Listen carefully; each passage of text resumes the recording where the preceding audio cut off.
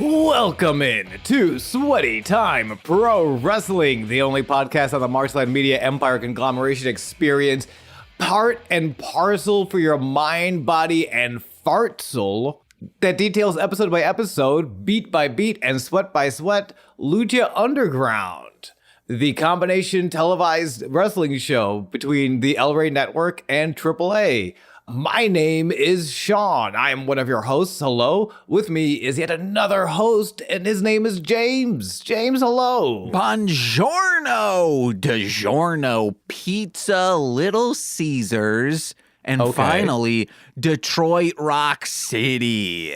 You gotta lose your mind and DiGiorno's Pizza. Oh, damn. You better believe. So, if anyone's been wondering, how come all of this music that's, dad rock, how come all of this is now being like kind of parodied into jingles for commercials? Well, that's because all of these huge bands and artists have been selling their catalog to like licensing companies for hundreds of millions of dollars.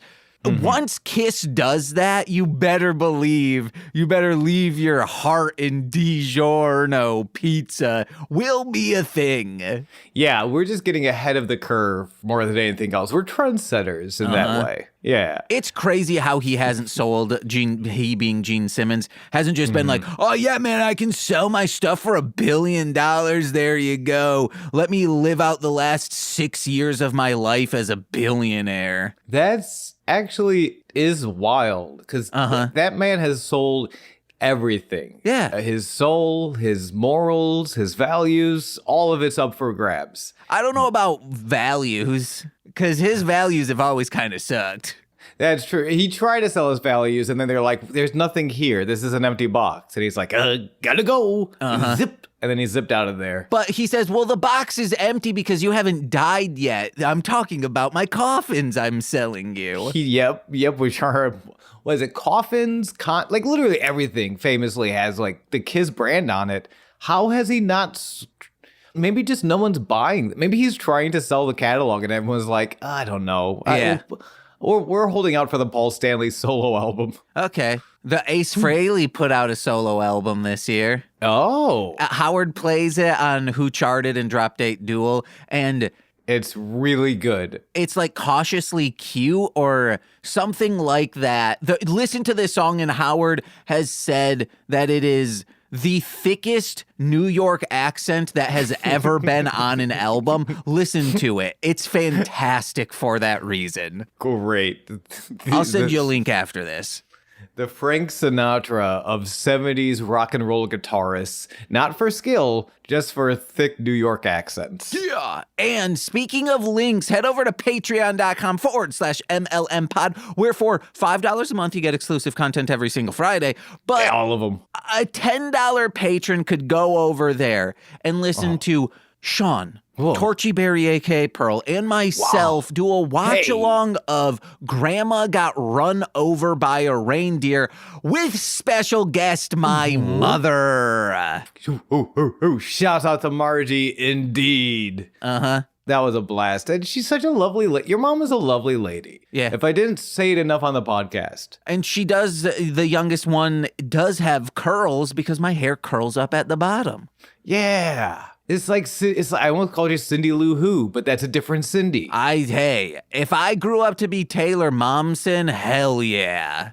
Is that who Cindy Lou Who was in the Grinch featuring Jim Carrey? Yeah. And she's in the Pretty Reckless, that band, and she's super badass. Okay, cool. She's like a tall, hot lady who's punk rock, and I'm like, yeah, that's what I wish I were. Yeah, great. Just imagine, I would be able to step over Nicole, and Nicole would say, oh my God. Nice. You know who I wish I were is me maybe a couple of hours ago so that I could watch this sweet, sweet episode of Lucha Underground all over again for the first time. This one ruled. We're on season 3, episode 19, titled Gods Among Men. Oh, yeah. Yeah, this was an interesting episode. To me, it was interesting. We also we get an in-ring promo, which I feel like we don't get a lot of. Yeah, my big note for that was even the Lucha Underground in-ring promos are tight. They never overstay their welcome in anything Lucha Underground does. WWE, AEW, all the majors do this. Yeah, honestly, there's anything. There is nothing nicer. These 3.5-hour movies, the 5-hour Batman movie, which I haven't actually seen. Is it worth it? The Batman? Yeah. Oh, I wish that it could have been longer. I thought it kept chugging, and as someone who has read The Long Halloween that it pulls a lot from, I was expecting, oh, well, I know how this ends. No, it doesn't. If you've seen if you've read The Long Halloween and expect to be like, well, I don't need to see that, still watch it. There's a lot of twists and turns. That is not the response I expected from you. It makes me need to see it now.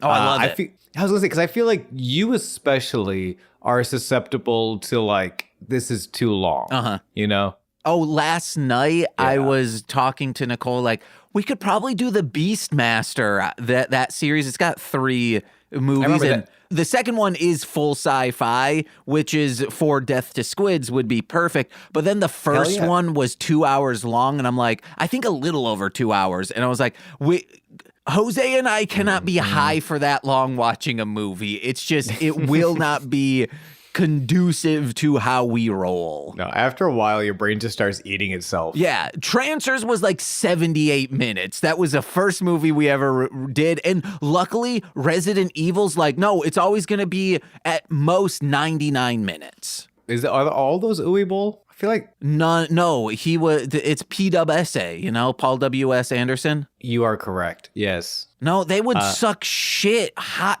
It would not be $1 billion franchise if Uwe Boll was doing them. I got terrible news. The Resident Evil movies kind of suck shit. Why are you saying bad news? Jose and I just watched all of them. I thought they were fantastic. Besides the third one, that one's boring. The 5th one is peak amazing. And Nicole's like, this might be my favorite movie. And Jose kept thinking she was being sarcastic. And we were like, why would you think we're being sarcastic? It rules. And he's like, James, I'm excited for these to be done because they have been sort of diminishing returns. And I was blown away by that statement. I think that's also like the sentiment of America, the film audience. No, the 5th one people loved based on reviews. It's a lot of on the Letterboxd reviews. We have realized most of the movies we watch, the series, one or more in the film franchise, someone like multiple people in reviews will say, yeah, this is how I realized I was gay, or this is how I realized I loved women. I'm a lesbian. One person, there was a review that was like, I transitioned and named myself Alice because of these movies. That's beautiful. Yeah. That's lovely. I love that. I had to burp, and I want to be clear, that had nothing to do with that beautiful story. You could have also just burped and I would have edited it out. Sure could have. Season 3, episode 19, Gods Among Men. And this is a great time listening, audience, as well as James, to get your burps in now. Dun, dun, dun, dun, dun, dun, dun, dun. He's got a new show with Kat Dennings. Have you seen that? I really like Kat Dennings. And Sean William Scott. Sean William Scott is in the show, too. Okay. Yeah. I really like Kat Dennings, and I'm curious to see what Sean William Scott's going to be up to, which might mean I'm going to be watching this Tim Allen show, which I didn't expect me to say in 2025. And I'm worried about myself. So if you don't hear from me for months at a time, please call for help or call an exorcist. I have fallen into a Tim Allen wormhole yet again, and somebody saved my life. You're watching Jungle to Jungle, Home Improvement, all 3 Santa Claus, plus the damn TV series. Then you're moving on to Zoom. You're moving on to... Yep. Galaxy Quest. Oh my God, that movie fucking rules. It's really good. Like, here's everything else. Ironically, I was gonna also cite the I always confuse that one because Jonathan Taylor is JTT, but it's not Tim Allen. It's Chevy Chase. Do you remember that movie? A Home for Christmas or something? Not Home for Christmas. It's like one of those, like, they dress up as Native Americans, but they're a bunch of white guys in the woods. That's not Jungle to Jungle? No, Jungle to Jungle is something different. Jungle to Jungle is like he finds a Tarzan boy and he brings him to New York City. This is Chevy Chase is like a bad dad. Man of the House. Yes. I gotta watch this movie. Yeah, I'm watching Man of the House because it doesn't feature Tim Allen, but I keep confusing Chevy Chase and Tim Allen. Yeah. Two great people, by the way. They're fine actors, but great men. The thumbnail, the like poster for Man of the House on IMDb is Tom and Huck, not like Man of the House. Wait, like Tom Sawyer and Huckleberry Finn? Yeah, like that movie that he was in, Jonathan Taylor JGT Thomas movie. Yeah, I remember that. I think he played Tom, right? Yeah, or one of them. I don't know. That's so funny. They don't even have Chevy Chase is not even getting. And I know if we know anything about Chevy Chase, which honestly I think we know too much about Chevy Chase. He fucking hates this. It's ruining his life. No, he probably loves it because he's like, I don't want to be associated with a kids movie unless it's Snow Day because man, he rules in that. I mean, yeah. Well, I need to rewatch Snow Day. Snow Day was one of my favorites. It is the only Chevy Chase movie related to snowy weather that's worth watching. How many other Chevy Chase snowy weather movies are there? I think just Christmas Vacation. Okay. Well, Christmas Vacation is worth watching. No, it's not, guys. If it doesn't end with him getting divorced and his family abandoning him, it's unrealistic and it's unjustified. That would be like, hey, we're watching a Marvel movie and just every hero's getting obliterated by Green Goblin. Just the heroes never win, and we're like, wait, why are we want the villain to win? Couple of things. I agree with you. Chevy Chase is he's not a good person, period. Also, his characters in the National Lampoon movies, like, is a bad guy. Yeah. It's weird how much that dude wants to cheat on his wife. Yes, his wife is so beautiful. I know, it's just, and I get it. I've talked about this before. This is probably a characterization of the writers and how their fathers were. And it's like, yeah, that's just how dads were back then. But it still is just unsatisfying. Yeah, he's like, his wife is so, I forget the character's name. She's gorgeous, though, and she's really nice. And he puts up with so much of his bullshit that, like, for every National Lampoon movie to at least have one scene where he fantasizes about cheating on her is so frustrating. Even Austin Powers wasn't doing that. He's like, oh, yeah, I'm with this lady. That's all I'm going to be with. If she wants a menage a trois, like, yeah, maybe. No, he is totally committed until it turns out she becomes a fembot, in which case you got to get out of that situation. She's going to try and kill you. Well, technically doesn't become a fembot, was a fembot the entire time. Which I have so many questions about. Why do we never see her mother again? Yeah, like we should be told like she's somewhere else. Maybe the fourth one is like, hey, we're going to find Elizabeth Hurley's real character and they do fall in love. That would be great. Or just anything. I don't even, it's fine to write out Elizabeth Hurley like that. And you could make that work. But like Mrs. Kensington, Elizabeth Hurley's mother, and Austin Powers' original partner in the 60s before he becomes cryogenically frozen and transported into the 90s. These are all things we know about the Austin Powers thing. Yeah. These are things we all know. We talk about this constantly around the water coolers, America. But like, how does she not come back? In the fourth movie, it should be him rescuing her. And she's like, the only thing that got me through this was a single photo I had of you that I used to flick me bean to in college. And you better believe I've been doing it ever since. Every moment of every day, Austin, I've been flicking me bean. And then like we see a flashback to it. And she's just We don't want a flashback of Elizabeth. Hold on. Let me finish. Masturbating. No, because it will be a photo of him and she'll be literally flicking a bean at the photo. Buddy. That's of course how an Austin Powers movie works, dude. You have been, you've been Pentaveret pilled and it shows. Your brain is. Have you seen that yet? I love the Pentaveret. Okay, we talked about that a bunch. Well, let's talk about Lucha Underground. Wait, one last thing before we talk about Lucha Underground. Even more than seeing Elizabeth Hurley come back, I want to see an Austin Powers movie that focuses on her mother. The Austin's original Mrs. Kensington. I think like that's who I want. Even more than seeing Elizabeth Hurley come back. Give us the Mrs. Kensington movie. Yeah. Give us that story. That's what I want. And I hope we autofocus with her, you know? Thank you. Autofocus on her, I guess. You're so proud of that, and I am proud of you. Uh-huh. You learn. Episode 19, Season 3, Gods Among Men.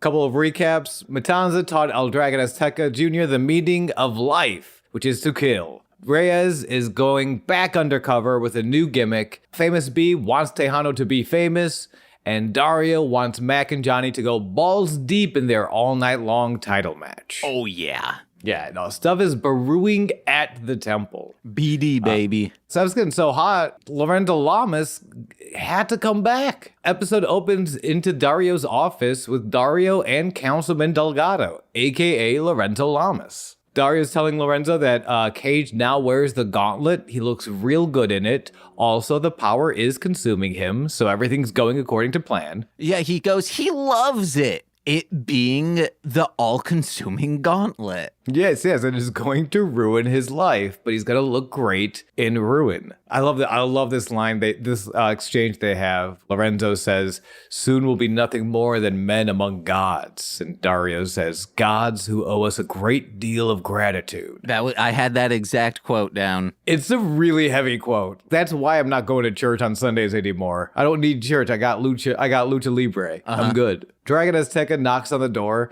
He's all healed up and looking to book himself in a match. Him versus Matanza tonight. Dario's like, yeah, okay, cool. Delgado's like, I like your balls. And Dragon Azteca's like, I do have great balls. You know what? Make that match a death match. I loved how Dario goes, well, okay. Yeah, he's like, Dario's like, this is something I would do. Are you sure you want this? And he's like, yeah, no, this is great. He's like, okay, just so you know, this is... When I want something, it's bad for the people involved, and I want this. Are you sure you want this? Uh-huh. And then Delgado, that's his name, right? Yes. He goes, I'll drink to that. And I think he says it twice, and I'll drink to that too. Yeah, he's like, to be fair, he is an active participant in his own Armageddon. Uh-huh. Like, Delgado and Dario are working together to bring about the end of days. And I don't know if you've seen a lot of movies where the bad guys try to harness the power of gods. It almost never goes according to plan. Well, I thought you were going to say, if you've ever seen a movie or movie series where the bad guys actually were the reason for the apocalypse, well, yeah, I'd say Resident Evil. Ah, yes, a conversation where... were we having that off mic? No, that was on here. Oh, okay. Oh, yeah, you guys should go listen to this episode. Rewind it. Yeah, and then go listen to Death to Squids. Yeah, and then come back and finish this episode. Much like we'll come back to Dragon Azteca Jr. for the main event, the death match against Matanza later tonight. And I'll drink to that. Hey, get yourself some thin gravy. We're going over to the desk. As Metalachi plays us in, Matt is hyping up the main event death match, reminds us that the last death match seemingly ended the career of King Cuerno, which I should have looked into this. Where the hell is King Cuerno? Because I don't think he gets signed for a little bit. But I didn't actually look into that, so I don't know. That's just a question I have. I'll look it up. Okay. Matt also cannot mention death without thinking of the man of 1,000 deaths, Mil Muertes, who jumped the shit out of Vampiro last week. And Vampiro cuts Matt off. It just looks directly down the lens and shoots a promo directly to Mil. He says, Mil, it won't be tonight. Might not be next week. But let me tell you something. Your time will come. And Matt's all like, ooh, okay, well, Melissa, take it away. And Melissa takes it away to our first match of the evening. Tejano versus Joey Ryan. Real quick, Cuerno, I believe, was just hopping in between AAA and Lucha Underground at this time. Okay, heard. He might just be in Mexico right now. That sounds about right. Hell yeah. Match opens up. Joey tries to slime his way around Tejano, who is too rock hard meaty, and keeps the brawl on Joey. Shoulder tackles him to the mat. Also, there was a kid in the crowd that had a sign saying, Joey stole my lollipop. And I'm like, Child Protective Services, go do your job, okay? Honestly. You rip a lot of, families that shouldn't be ripped apart, but in this scenario, whoever allowed this child to have that sign, take him away. Yeah, no, sorry, child, absolutely not. Joey rolls out of the ring after a slingshot senton, guillotines a pursuant Tejano on the top rope to start his heat. Couple rounds of heat here. So around here, Famous B and the beautiful Brenda, who we mentioned in the recap, have been courting Tejano. They come out. They're dressed like the TV bounty givers from Cowboy Bebop. Okay. Just real rhinestone cowboyed up, these two. God, I wrote down fuck Famous B and beautiful Brenda are peak comedy because this shit made me laugh so hard. They're great. I mean, Famous B, they're hyping up Tejano the entire time. Famous B is doing it in this real bad but obvious Texas accent. The entire time. It's not Tejano. Tejano. I wrote down Go ahead, get him, Tejano. He's talking like Sean when he says Spanish words. All right, that is offensive, mean, true, but go fuck yourself. Oh, yeah. Tejano leg lariats off the second for a 2 fall. Joey duck and cowers to avoid the suicida, gets cocky before eating Tejano's house show dive. In the ring, Joey's got Tejano down again, goes for the bull rope, but Famous B grabs the other end while Brenda slips Tejano a golden horseshoe. Uh-huh. Joey drops the rope, turns around, gets a face full of a right hand full of horseshoe, just a loaded punch for the pinfall and the victory to Tejano after 7 minutes and 3 seconds. Usually I don't like this heel shit, but for these three, it worked out so well. And because Joey is the worst of the worst, so... In real life, if this is your first episode, yeah, well, he's a terrible person. In this, he is an undercover cop, so... Oh, yes. And he's a sleazeball. In every reality, Joey Ryan is a bad person. So it's like... Hey, we're just going to shut this dude up. This is completely within their right to do. I loved it. And when, ref says, hey, you won, Famous B and Brenda get in there. They're on each side of Tejano. And you know how you raise up the champion's arms? Brenda raises up one hand and then Famous B is just trying with all his might to bring up the other until Tejano just looks at him and just shoves him out of the way. It's a very interesting dynamic moving forward. Because then after the shove, Tejano allows Brenda to stroke his chest and get very close to him. Yeah. Before finally leaving the ring, and Brenda goes to help up Famous B, and Famous B's like, yeah, he likes me. Yeah, no, that's my best friend. We're best friends now. He likes me. Tejano, Famous B, the beautiful Brenda. We're going places. Uh-huh. I have a prediction. Okay. I want to hear it. Tejano won't be calling that get fame number, but I think he'll be calling beautiful Brenda. I think you're correct. I like this one a lot too. I like seeing where it's going because it's not obvious. I think Sean does not remember. I think the 3 times Matt Stryker said that joke.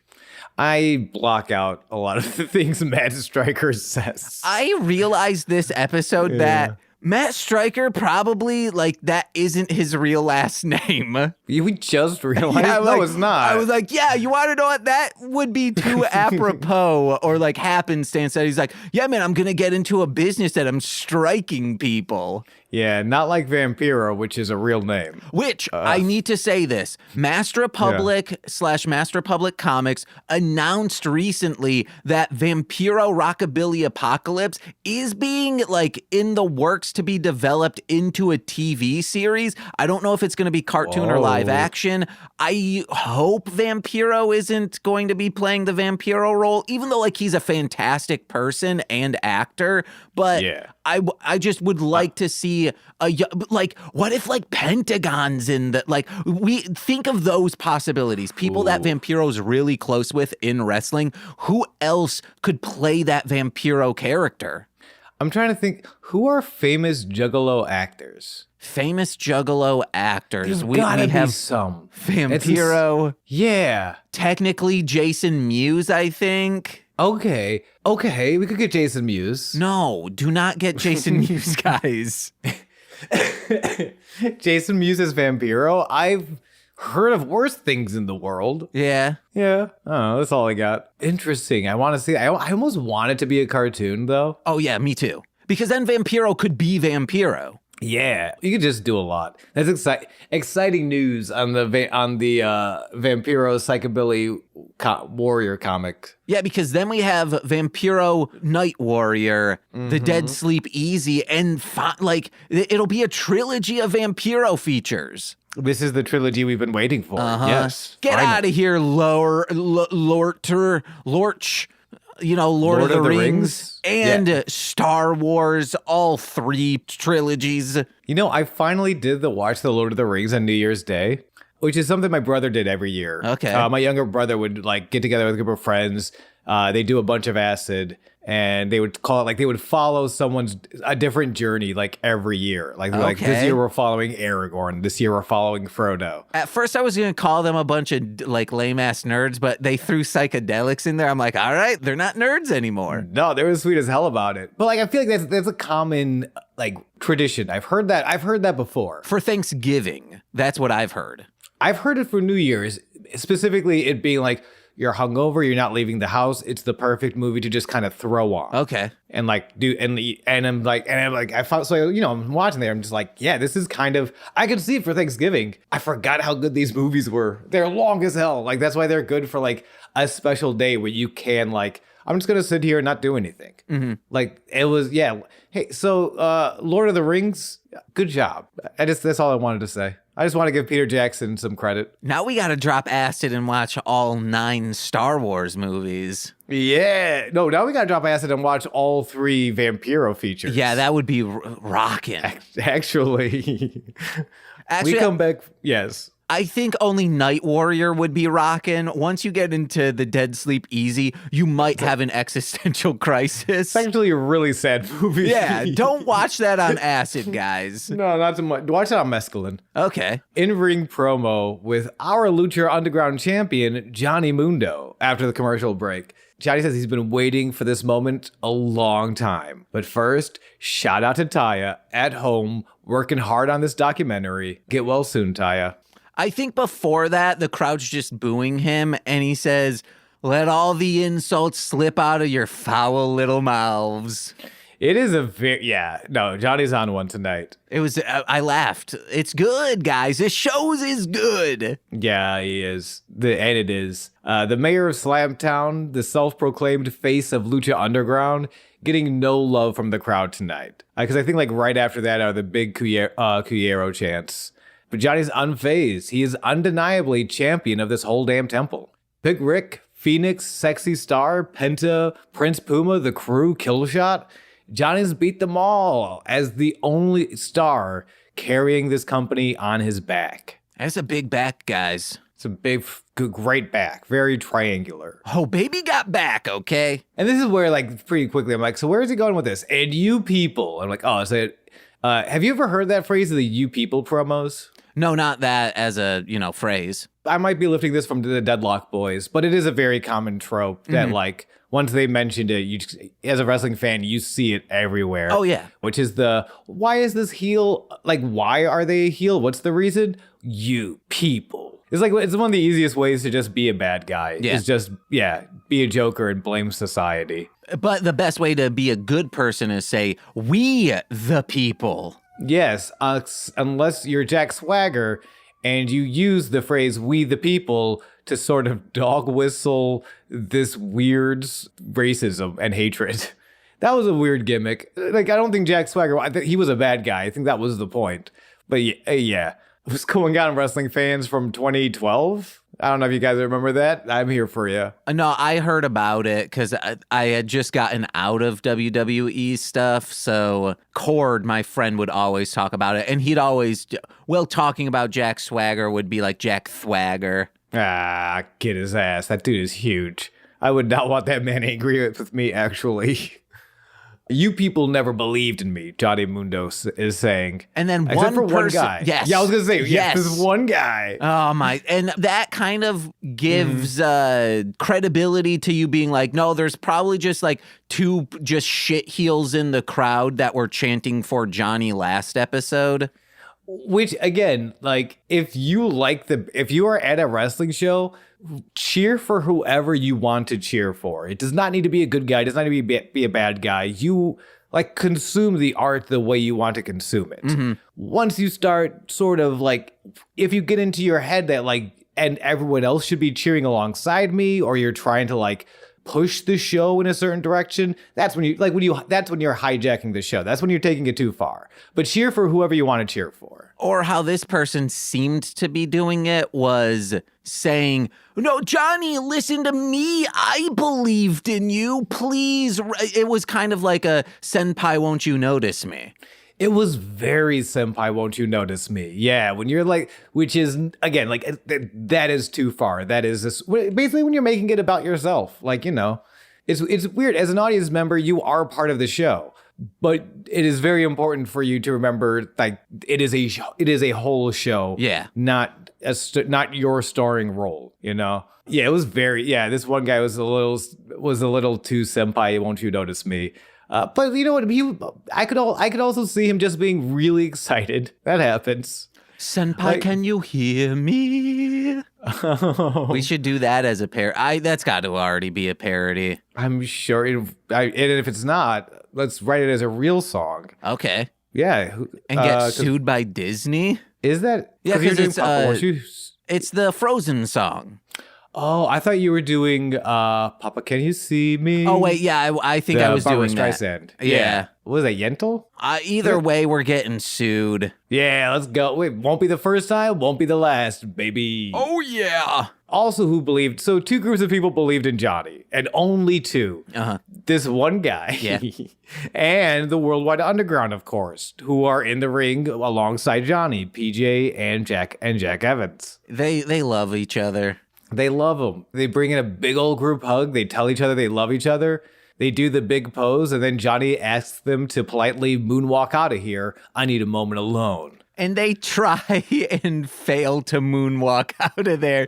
Like, it's not the cleanest moonwalk, no. People earnestly moonwalking or trying and just failing miserably is my favorite thing. I know on Community, the aforementioned Chevy Chase, he does that. It's very funny. God, such a good guy and solid human being. Just kidding. He's a piece of shit. They really do, like, and you could tell it was something that Johnny's like, all right, I'm going to say moonwalk out of here. You two just moonwalk out of here. And I'm curious if, like, because I could see it being either way, where they're just like, yeah, great, cool. We got 30 minutes to learn how to moonwalk. Let's go. Versus them being like, actually, I don't think either of us know how to moonwalk. And then Johnny just gets really quiet for a minute and says, and then I say moonwalk out of here, and you two moonwalk the fuck out of there. Understood? Like, yes, sir, of course, sir. They moonwalk out of there.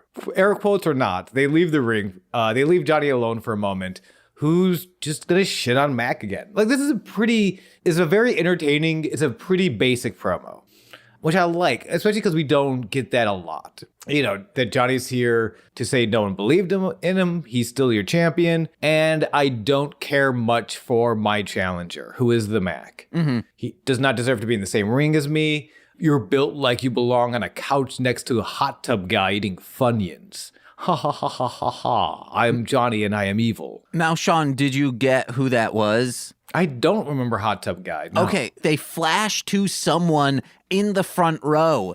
And he's like, what? Huh? Like, the same, like, what? They shouted me out. So I had to Google this. That is Sean, spell S-H-A-W-N, not like how you spell it, from Deshaun's 2 Cents.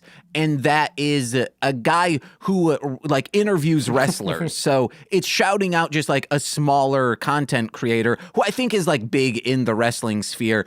And you can see him in other places, like he was whipping Hernandez with a strap on Lucha Underground once. Matt Stryker was making hot tub jokes. And hell yeah, he seems to be within that sphere. That's amazing. That's such a cool... Fuck, I love this show. Yeah. That's so neat. Yeah, they shout out Hot Tub Guy, who's thrilled to be shouted out while putting down Mac. Johnny says he's proved that this world is his. Everyone's going to have to start believing in it, especially the Mac, who comes out from out nowhere. Comes behind Johnny to cut him off, starts stopping a mud hole, but the numbers game, of course. PJ and Jack are not too far away.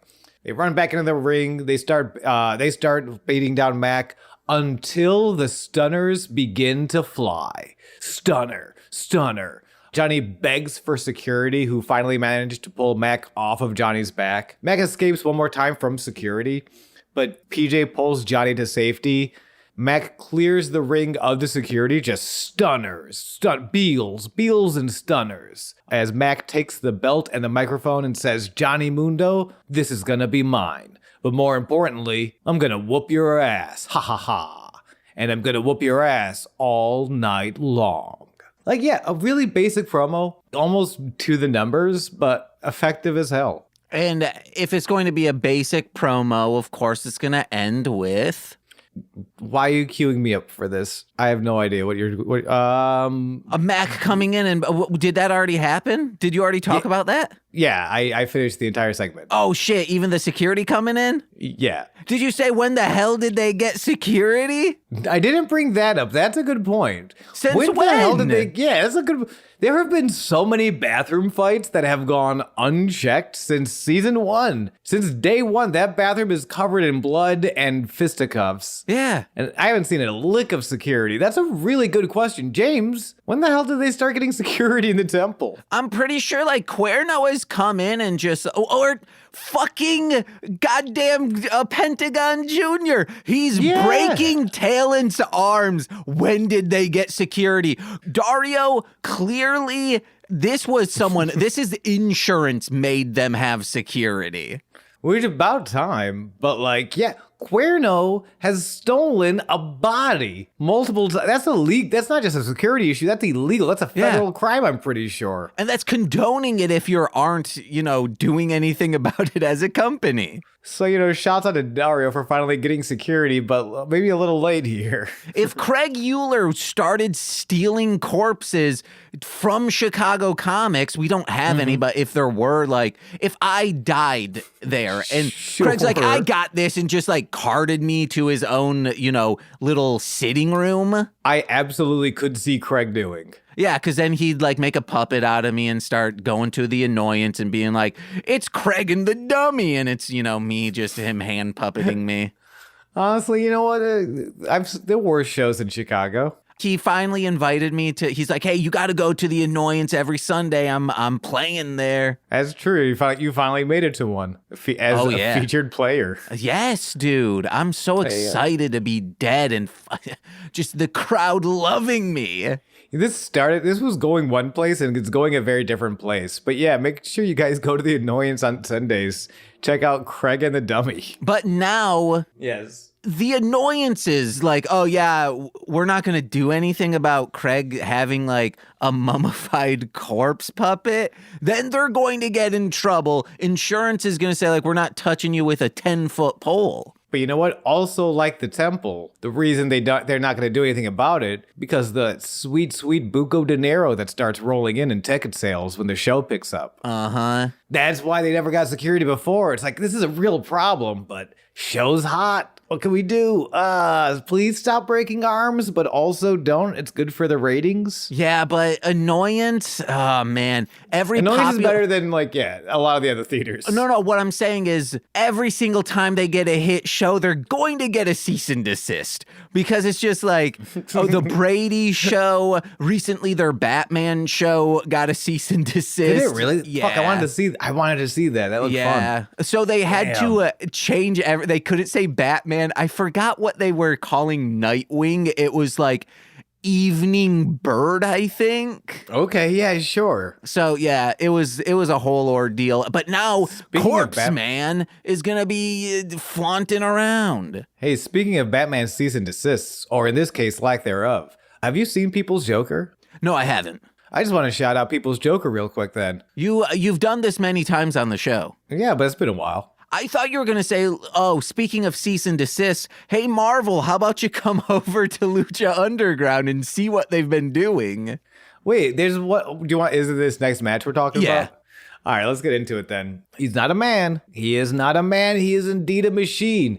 It is Cage with gauntlet accessory versus quote-unquote newcomer to the temple, Veneno. Vampiro does not know what is going on with Cage's new metal hand. Maybe he peeled back his skin and that's what's underneath. Vampiro's very out of it this whole episode. He's very he's a little sleepwalky this week. You want to know who would love Veneno? Who would love Veneno? The minions. Is it just because it's Veneno. fun to say? Veneno. Okay, great. No, yeah. You goddamn it. With Veneno. Veneno is Detective Reyes, aka formerly known as Cortez Castro.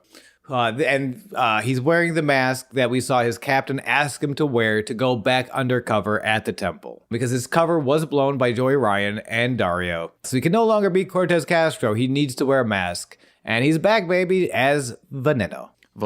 Matt says, this line is amazing. Matt says he looks familiar, but he can't put his finger on it. Vampiro says he looks like, and I quote, who's that dude that crawls on the walls, wears blue and red? Spider-Man? That guy? Yeah. The fact that Matt Stryker calls Spider-Man that guy makes me laugh very much, and I don't know why. Because this is Victor Von Cage versus Spider-Man Castro. They do call him Victor Von Cage, which is awesome. I actually love it. that. Same. God, same. I had a dream we were hanging out with Cage, and it was pretty cool last night. We should hang out with Cage in real life. That sounds like a great dream. And then it turned into a Godzilla dream that ended up being badass because Kiryu, the Mechagodzilla from the Millennium era, he showed up. I was like, this shit rules, but I am very afraid of being like nuclear bombed. But all the Godzillas were maybe like 10 feet tall. Okay, hell yeah. So it was still scary because, like if a bear came running after you, it'd be frightening on their hind legs. But if that bear could also breathe atomic fire from their mouth, you would be that's game over. Yeah. Yeah, that's over, baby. Very scary, very badass, which also I feel like describes Cage very well. The bell rings, Veneno runs directly into a Cage shoulder tackle. This is a very short match, but it's interesting. Because Veneno doesn't, it never goes full squash. Like Veneno's speed keeps him alive for this entire, I think it's like it's minute 21. Like Veneno is countering like every other move that Cage throws. Problem with that is that every other move is not every move. And Cage has a lot of moves. Like if there's one thing about Brian Cage, he does a lot of moves. Eventually the discus lariat lands and that's all over. Sets up for the drill claw to seal the deal in the win for Cage, minute 21. After the match, Cage puts the gauntlet back on. Referee Justin Bourdin just had to raise the gauntlet hand, which sends Cage into a fury for a moment before catching himself. He says, don't touch my glove, dude. Oh, yeah, don't touch my glove. I gotta get out of here. Cage rolls out of there. Sexy Star comes out and accuses Veneno of leaving tarantulas all over the place. She running kicks him in the head before telling him to stay away from her. And I'm like, damn, she, the name fits because she is looking sexy, so sexy. She could break my friend Sean's arm, okay, guys? Wait, what? What? Oh, yeah, no. I don't need her to break my arm. I got Nicole here for that. I don't need anyone to break my arm, let alone someone who will actually break my arm. Yeah, but in a sexy way. Nope. It's not sexy when you don't have health insurance. Then it's just a financial liability. Well, guess what? She's going to marry you. You're on her life or the life insurance and health insurance now. I don't want to marry someone who breaks my arm. That sounds like a nightmare, actually. That sounds really bad. It's at the peak of orgasm, though. What about that now? No, Don't break my arm. No, I am standing up for my 2025 is the year I respect my own boundaries. That includes don't marry people who break your arm. I can do better. I believe in myself. I can do better than that. I'll drink to that, buddy. Hell yeah. Hell yeah. But also, if you're not into that, Sean, there's this like puzzle box you should just stay so far away from. Okay, noted. Well, we can't stay away from this locker room. where Prince Puma is. I wrote locker room. I think I meant gym. Where Prince Puma is beating up a punching bag with the screamer sticks, going yeah yeah yeah yeah yeah, and these memories of Conan and Vampiro play in Puma's mind, beckoning him to remember what he's been taught. Then memories of his grave consequences match against Mill, the match that took Conan away from Prince Puma, they play as well. And Katrina arrives. She says, it's never the same once you die. Once you cross over into the spirit realm, the awful voices come back with you. I can hear them too. Ooh, Katrina's nuts. And this confirms that he died. Yeah, no, the grave consequences matches, when you lose, you die. Yeah. Like, yeah, because I'm trying to think all the people who lost. Mill, Phoenix, Puma. Yeah, if you lose that match, you're dead. Yeah. Canonically dead. And for Phoenix, it's not a big deal. No, he keeps coming back to life. That's what he does. Yeah. For Mill, also not really a big deal. He's the man of 1,000 deaths. He's got a few more up there. And if Phoenix didn't die, we would never know if he were a Phoenix or not. Like, Phoenixes need to die.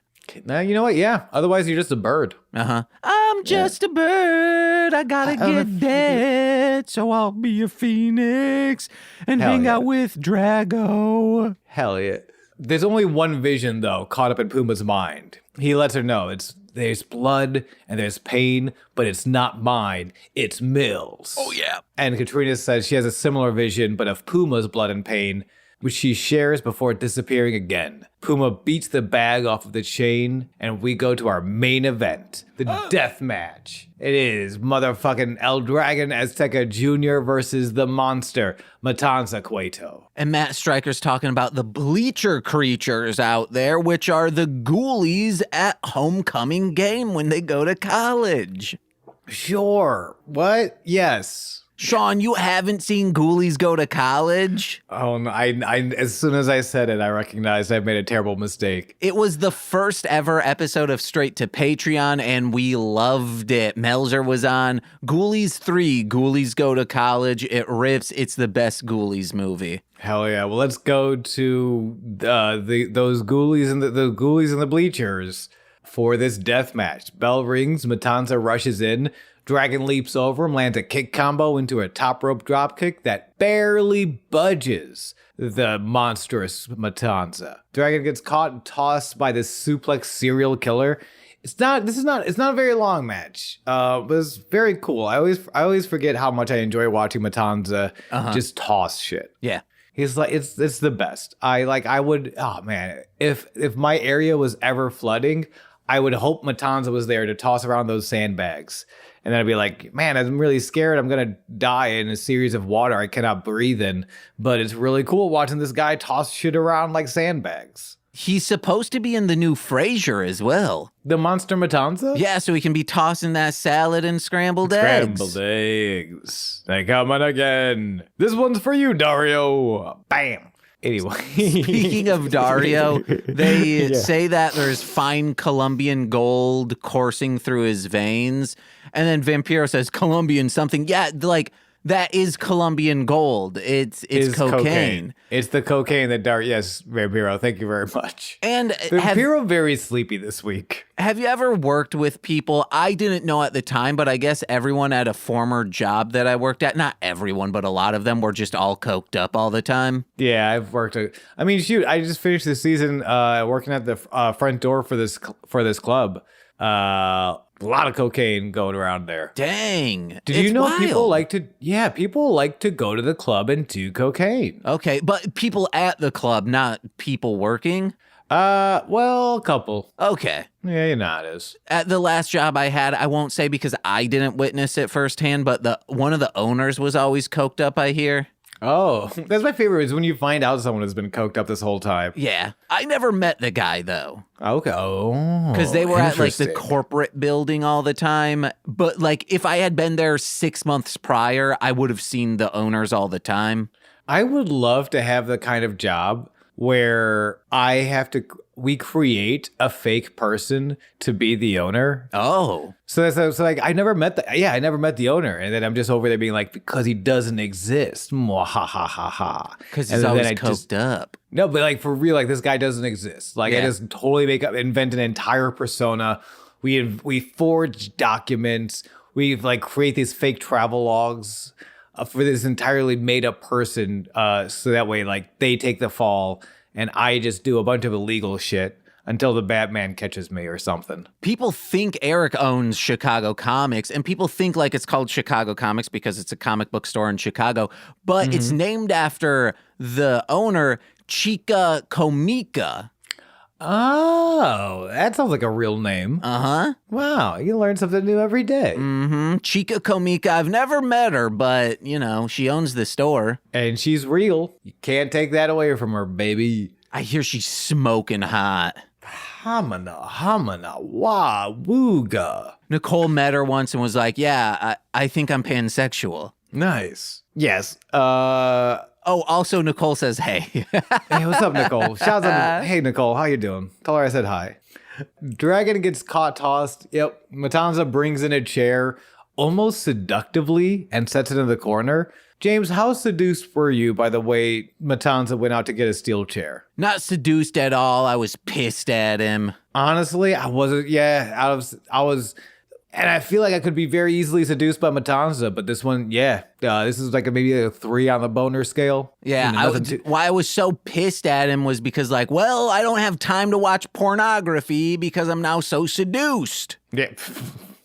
But now the pile of tabs on my other screen, they're just going to pile up because I can't even bother looking at pornography now. Well, with me being all seduced by this chair getter. Now I gotta wash my goddamn Dockers because I just creamed in them. Again.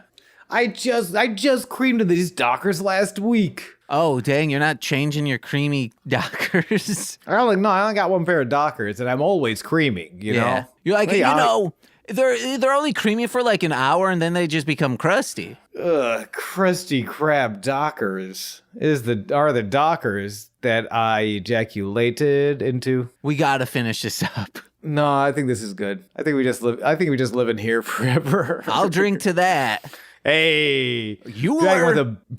Did I tell you I told Craig that we started saying Euler instead of Sharna, and he was genuinely tickled and like proud of it. Yay, and good. Euler, dragon with a big pop-up tiaras, avoids the chair in the corner, and as Matanza,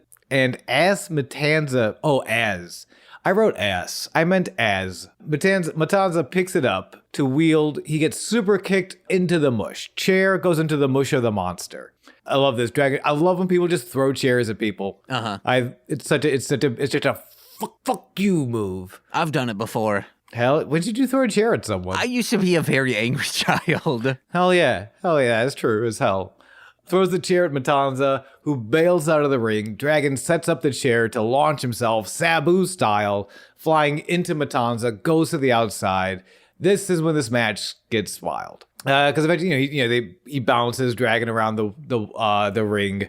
Eventually, like, just deadlift throws him over his shoulder, and Matanza, with Dragon over his shoulder, just walks all the way up the stairs to the top little entrance ramp where they come out of. Because like they come out.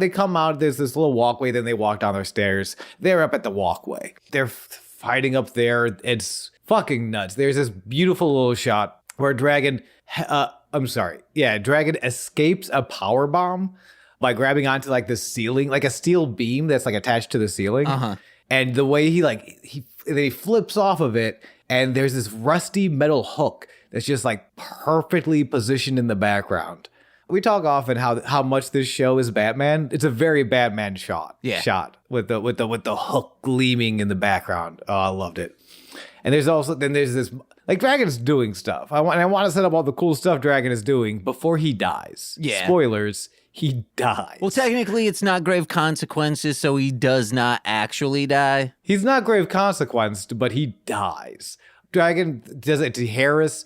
He tries head scissoring Matanza down the stairs. Yeah. And it looks really scary for a second. And I will say, in that area, that's always like when there is a spotlight on one of the roofs that goes into maybe like a storage closet, I'm like, well, someone's going through there. And it seems like Dragon's going to go in there. I'm like, well, it's going to happen. But it does not. but he probably wishes it did.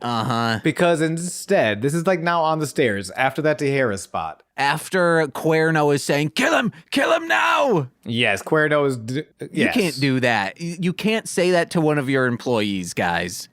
Yeah, Dario, Mr. Cueto, you can stop killing your employee. That's Dario's Christmas Carol. It's just like, you can keep being an evil bastard. You can keep calling for the end of the world, but please stop killing your employees. Yeah. That's all we're asking. And it does not work. I heard the reason Chica Comica could not go to the store anymore, which is why I've never met her, is because she would always scream at Raphael, the previous manager, kill him now, to Kevin Garrity, who was formerly of Narnar Shredtown and the Shithole. Which you can't do. Yeah, no, you can't do that.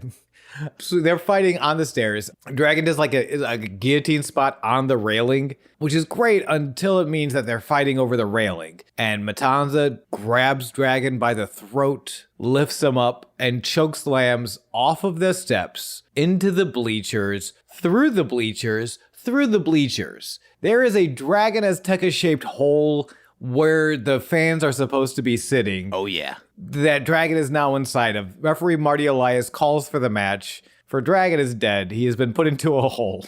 I really wish what had happened was he comes like, oh, ding, ding, ding, the match is over. But then Dragon Azteca, when they're celebrating, comes out of nowhere and he's like, I'm going to fuck you up, and just starts beating Matanza. But it's cool what happens, but I wish what I said happened.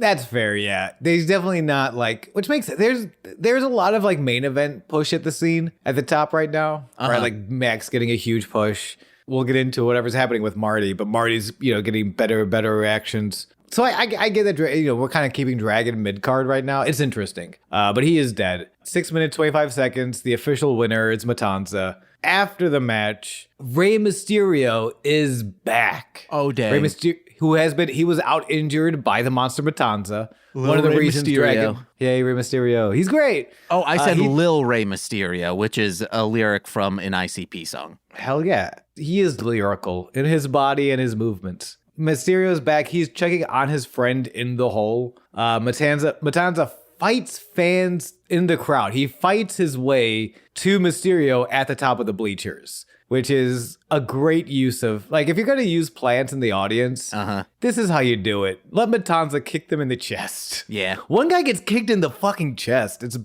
Imagine going to a Hop-Along concert and then, lovely alternative rock band. We were talking about them before the show, Hop-Along. And I forget the singer's, their name, Francis Quinlan. Imagine Francis Quinlan making eye contact with you, eyes go red, and then just like starts fighting people in the crowd on their way towards you and just kicks someone in the chest. Imagine being that person who is not you, who is just a guy excited to see a Hop-Along show, getting kicked in the chest by Francis just so they can kick your ass, James. I'd be like, hey, that was my friend Sean, and he is not into that this year, okay? No, but can I still get an autograph? I won't marry them, but I would still ask for an autograph as a fan of their music. And they'll say, yeah, I autographed you with my boot print, bitch. Oh, thank you. And then I'll pass out. Yeah. I'll say thank you, then I'll pass out. Because that's what being a fan means to me. Eventually, Matanza makes his way to Rey. They fight. Matanza tries to throw Rey over the barricade ramp above the bleachers. He does. Eventually, they fight their way to that storage roof. Like that's right above the announce table. High above anytime they fight up there or above the office, it's so fucking cool and scary. This is the cool, one of those play sets when you like where you put your action figures to play. The temple really is just the coolest fucking play set you can get. It is the Fisher-Price Castle, if you remember those. Which was the ultimate playset. Oh, yeah, the castle, and then they branched out into pirates. I loved all of those. The pirate ship, the Western one. Oh, that one I didn't have. We had the Western one. It was fucking cool as hell. Yeah, it's a Fisher-Price playset, and it's very cool. So they're fighting. Eventually, Rey finally back body drops Matanza over the railing through the roof of that storage room. And that's when Dario's like, okay, this is not fun for me anymore. My brother just fell through a hole. he wasn't supposed to fall through a hole. And like Dario takes the ring bell himself and just starts ringing it. Like, it's over. Everyone go home. Everyone leave my temple now. And that's it for all the action at the temple. Would you have left? Like, if you were in the crowd, you'd be like, okay. Nah, dude, fuck Dario. Okay. Yeah, I would. Would you leave? I mean, if he was really screaming, I'd be like, yeah, I think this isn't part of the show. No, I would be like, no, I think this is when we do leave. Oh, I'd say, yeah. I mean, I'd stick around like a lot of these fans do after the show, outside of the store, outside of the parking bay for autographs and pictures. Okay, James, you got to stick around for the autographs and pictures after the show. Who is this that he's looking at? It's Melissa Santos. Okay, that's what I thought, but I was like, that doesn't look like her from afar. I thought it was Melissa Santos. Watch me be wrong, but I wrote Melissa Santos. She comes out of that, like this. I almost wrote stage. It is essentially a stage door. Because unlike, a wrestling show where they travel, it's more like Broadway where they just work the same theater every day. So yeah, she's taking pictures, she's signing autographs, and a mysterious creep watches from the shadows. Ooh. And if it's a mysterious creep, it's going to be Marty the Moth Martinez. Yeah. He's watching from a distance. Melissa leaves the fan interactions. She's walking by herself. Marty's going to follow her until he gets bagged. I loved this. This is like, you talk about twists on twists, where the stalker is the one who was being stalked the whole time. Mm-hmm. Someone throws a bag over Marty's head. He wakes up tied to a chair in a janitor's closet. It was Mariposa, Marty's sister, whom he attacked last week. She says, "Bravo, Martin. You have my attention. Maybe you're not that little boy anymore. Maybe the moth has finally seen the light." Marty smiles right before she slaps him, and he laughs. I did good. I did good. I did good. Before trying to bite his way out of the ropes. Not what I thought this was going after the attack last week. Oh yeah, same. So was that part of the plan? Like, is part of the plan for Marty and Mariposa to trick everyone into thinking they're fighting? Or I think it's like, hey, you finally showed you had some cojones, some balls. Yeah. It's interesting. I don't know where they're going. I'm on for the ride though. Like, I love this stuff. Like, I love those little like I didn't expect someone to get thrown through the bleachers, and I did not expect Rey Mysterio to come back and then throw Matanza through the roof. Yeah. Like, a lot of those this week of those, like, just like one little extra thing. I'm like, oh, okay. But yeah, that's season 3, episode 19 of Lucha Underground, Gods Among Men. Gods who owe us a great deal of gratitude, much like we owe y'all a great deal of gratitude for listening to this episode. Some of the ways we could pay back that gratitude, you know what? So I'm taking care of my resolutions. I've not been super, super up to date on my twitch.tv/GooseVonKaiser. I just want to do like a couple of, self-care and acty stuff. Once I get those back on board, I'm not giving myself a timeline, but then I'll probably get back onto my Twitch. Which again, twitch.tv, GooseVonKaiser. Yeah. So I'm gonna give, use my shout out time to shout out The People's Joker by Vera Drew. I believe it's available now on streaming. They got all their cease and desist handled, and it's a great movie. People's Joker. You should watch it. Hell yeah. And guys, I'll be on Twitch hopefully more this year over on twitch.tv/mostly speaking Sentai, which we might have to change that soon because mostly speaking Sentai probably in like June will be the final episode. Wow. Because we're switching over to Magical Meatball Girls, baby. Hell yeah. How many? Which you can listen to the pilot episode of that, the 3 pilot episodes of that over on patreon.com/MLM pod, where for $5 a month you get exclusive content every single Friday. This Friday, I think, is either Sean and I doing some one-off thing, or it might be another... what's it called? What's that thing I do? The Citizens of Townsville Z. Yes. But $10 patrons get all of that weekly stuff. Included in that will be monthly bonus exclusive content like the aforementioned watch along of Grandma Got Ran Over by a Reindeer.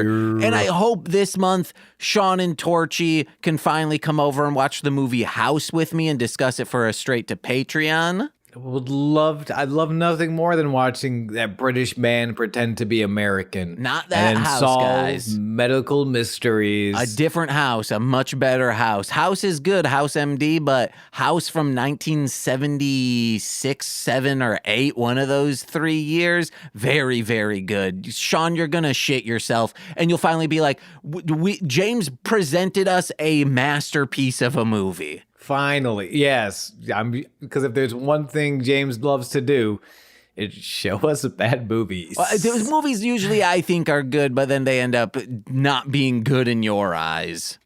Like Robot Shark versus Attack on Titan. You had to know that was a bad movie going into it. Well, I will never do Mockbuster or Summer Mockbusters because that was a bad idea. Or find ones that aren't The Asylum because The Asylum is just... they're bad. Or Invisible Dad. Invisible Dad ruled, okay?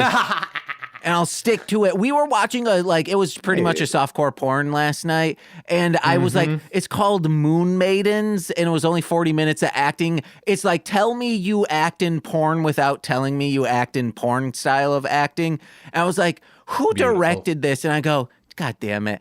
And I go, Nicole, it was Fred Orlean Ray who directed Hollywood Chainsaw Hookers, Invisible Dad, so many of the Christmas movies we watched last year, and Moon Maidens. Yeah. He's eclectic. He's great. Yeah. But what's also great is our $10 patrons. They get shout-outs on every single free feed podcast. Let's begin with those, starting with Steve F., Eric Berry of Ranger Command Power Hour, Alex Z, The Waz, Orion, my Bickle brother in common law, Joshua, Jake, Steve Barnes, a sweet child of time, my mother, Lil Corey's BFF and now former roommate Shane, twitch.tv/Core Winning. It's Corwin from the ROM Complex, as well as Formulaic, a podcast and script writing. It's twitch.tv/R2 Shelby2. And from the Speed Radio podcast, a podcast all about Sonic the Hedgehog, it's Zinny D. And I've been James.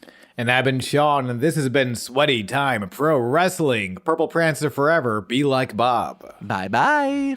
James, I love watching bad movies with you.